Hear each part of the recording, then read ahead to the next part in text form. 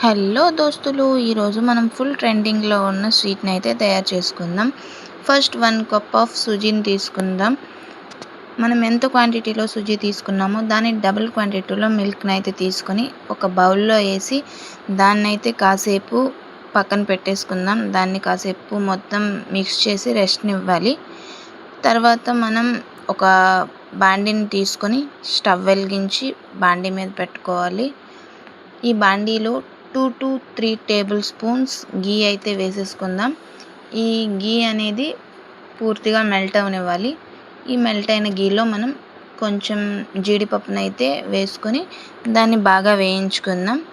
ఈ బాగా వేయించిన జీడిపప్పుని మనం ఒక బౌల్లో తీసుకొని పక్కన పెట్టేసుకుందాం. ఇప్పుడు ఈ మిగిలిన నేతిలో మనం ఏ క్వాంటిటీలో సుజీ తీసుకున్నామో అదే క్వాంటిటీలో షుగర్ని తీసుకొని ఆ గీలో వేసుకుందాం. ఇప్పుడు ఈ షుగర్ని పూర్తిగా మెల్ట్ అవనివ్వాలి. మెల్ట్ అవ్వడానికి కొంత సమయం పడుతుంది, మనం వెయిట్ చేయాలి.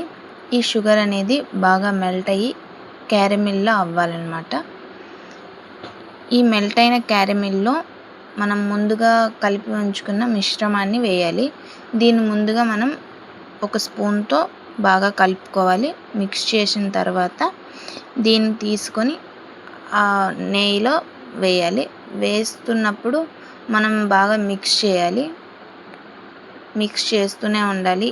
క్యారమిల్ అలాగే సూజీ రెండు కలిసేలా మిక్స్ చేయాలి.